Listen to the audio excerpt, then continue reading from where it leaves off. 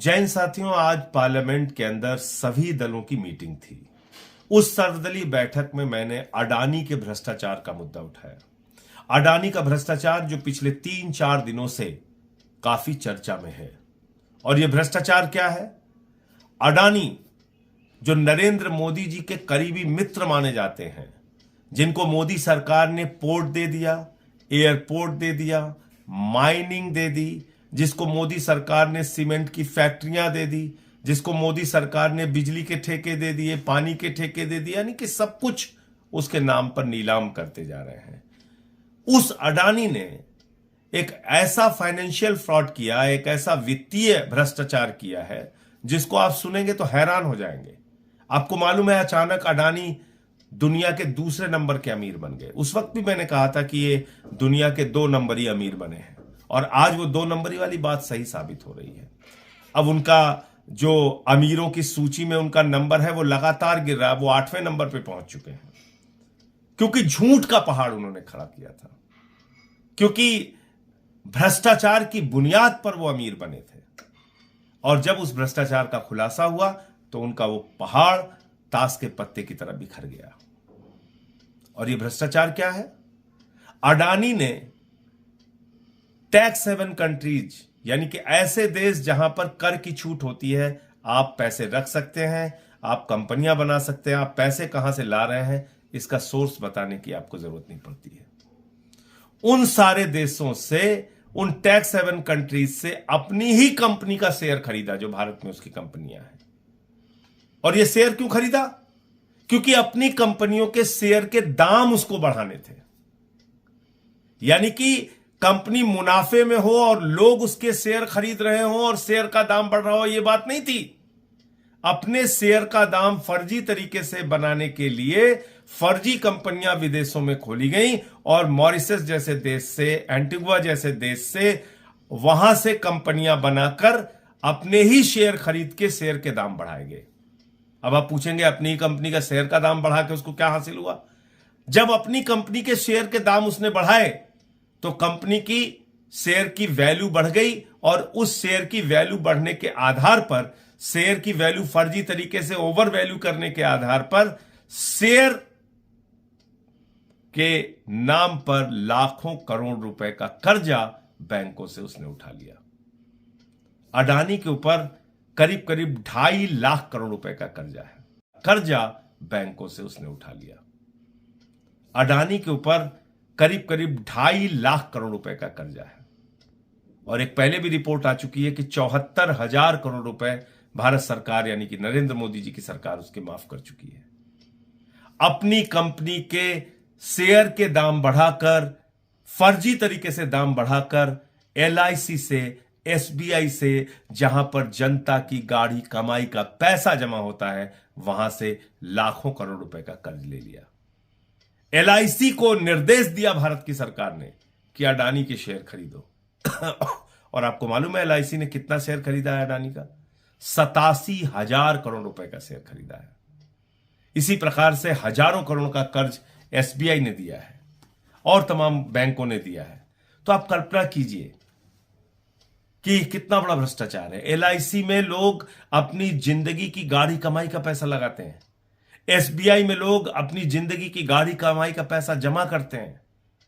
क्या नारा है LIC का? जिंदगी के साथ भी और जिंदगी के बाद भी। यानी कि ईश्वर ना करे कि आपके साथ कोई दुर्घटना हो जाए तो आपके परिवार का सहारा बनेगा LIC। आपकी बेटी का सहारा, आपके बेटे का सहारा, आपके बच्चों का सहारा, आपके परिवार का सहारा बनेगा LIC। आज उस LIC को एक व्यक्ति ने डुबो दिया, अडानी ने। और अब वो क्या कह रहा है? आज बड़ा हास्यास्पद तर्क आया उसका। उसने कहा हिंडनबर्ग की रिपोर्ट राष्ट्रवाद पे हमला है। अब आप देखिए मजेदार बात।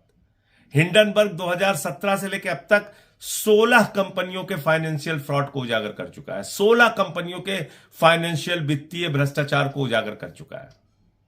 उसमें अमेरिका की भी कंपनी है तो फिर उसने अमेरिका पे भी हमला कर दिया। उसमें चाइना की भी कंपनी है तो उसने चाइना पे भी हमला कर दिया। उसमें जापान की भी कंपनी है तो उसने जापान पे भी हमला कर दिया। अरे अपने भ्रष्टाचार पे जवाब दो ना। उस पर तो जवाब दे नहीं रही हो कि तुमने फर्जी कंपनियां क्यों बनाई और अपने ही शेयर क्यों खरीदे और शेयर के दाम ओवर वैल्यू करके बैंकों से लाखों करोड़ रुपए का लोन क्यों लिया? जनता की गाढ़ी कमाई का पैसा डुबोया क्यों? किसी ने अपनी बेटी की शादी के लिए पैसा जमा किया था, किसी ने मकान बनवाने के लिए पैसा जमा किया था, किसी ने छोटे मोटे रोजगार शुरू करने के लिए पैसा जमा किया था। वो सारा पैसा तुमने डुबा दिया। उस पर जवाब दो। अब कह रहे हो राष्ट्रवाद पे हमला है, यानी कि भारत राष्ट्र के करोड़ों लोगों का लाखों करोड़ रुपए लूटकर अडानी आप राष्ट्रवाद की बात कर रहा है। भारत राष्ट्र के लाखों संपत्तियां औने पौने दामों में लेकर उन सरकारी कंपनियों को बर्बाद करके अब अडानी राष्ट्रवाद की बात कर रहा है। तो इस राष्ट्रवाद के नारे के पीछे तुम्हारा भ्रष्टाचार छुपेगा नहीं, क्योंकि इसी भारत राष्ट्र के करोड़ों लोगों को तुमने लूटा है।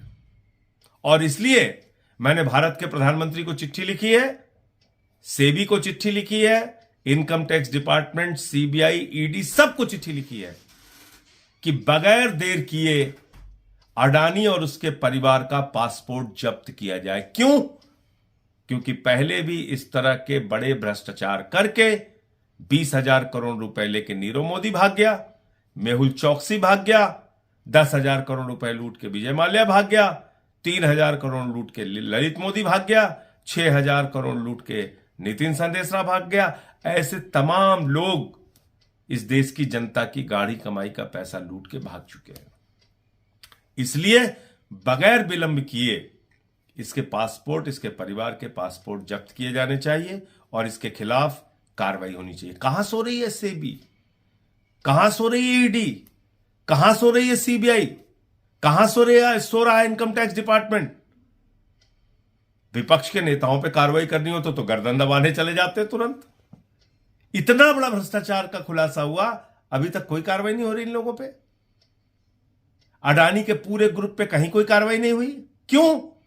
क्योंकि ये भारत के प्रधानमंत्री के सबसे करीबी मित्र हैं। अपने इस करीबी मित्र को नरेंद्र मोदी जी ने 2.5 लाख करोड़ रुपए का कर्जा दिया है, 74,000 करोड़ रुपए माफ किया है अपने इस मित्र का।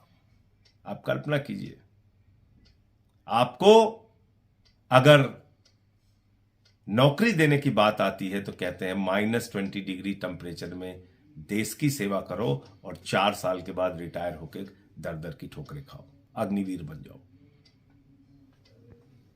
और आपके लिए रोजगार नहीं, आपके लिए दवाएं नहीं, आपके लिए दूध नहीं, आटा दाल चावल सब महंगा कर दिया। लेकिन एक अडानी के नाम पर पूरा देश गिरवी रखने को तैयार है ये सरकार।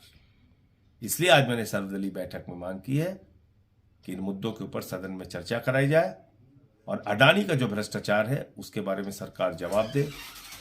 मैंने चिट्ठी भी लिखी है कि इनके पासपोर्ट जब्त किए जाए और चर्चा की मांग इसलिए की है कि आज करोड़ों लोग भयभीत हैं, डरे हुए हैं, चिंता के बादल उनके सर पे मंडरा रहे हैं कि उनकी जिंदगी